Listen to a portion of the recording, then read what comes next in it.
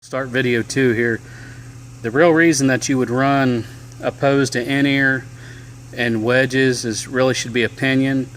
You know, we do both, and like I've got 5 mixes and I'm running off the X32, and the reason I do that is that I only put 2 singers per wedge, and when we do their mixes we make them put the bare amount of vocals, or if they need just a little bit of keys, we have our drums and cage, but they can still kind of hear them, so they don't really need that much in their wedges.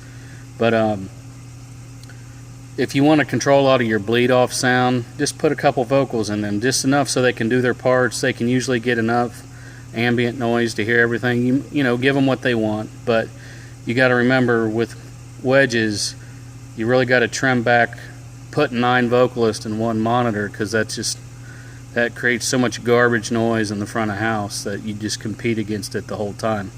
I really like what we've done here with this, especially one thing that you really have to learn to do with a personal monitoring system like that is really utilize the pan and create that stereo image in your ears. If you run everything mono, the same amount of volume in each ear, you get a really stale mix. And don't be afraid to try effects as well. We're working on that too, just haven't reached that point yet.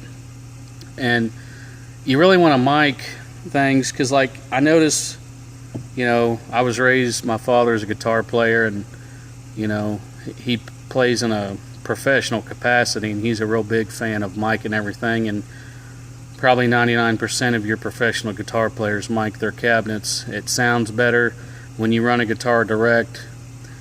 You're always going to have something missing. They're not, you know, what we consider the modern sound of an electric guitar today was totally constructed of miking an amplifier and using a good amplifier.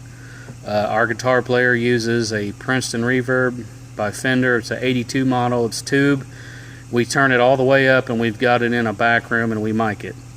And like with the acoustic, on that acoustic channel, I'm running him direct, and I'm also miking an acoustic guitar amplifier that will give him, it just gives him a real robust tone. And that's like with my Hammond, I've got 3 mics and I've got them panned. I'm giving myself a really good stereo image in my ears, because you can go buy custom molded in-ears that cost $1,000, but if you're putting a really poor mix in your ears, the in-ears don't make those sound better. So that's where we get with that. In a nutshell, this is what we've done. Again, I want to thank Steven. He really helped us get our sound together. I was very rigid on changing from analog to digital, but we needed a new console. Ours were old.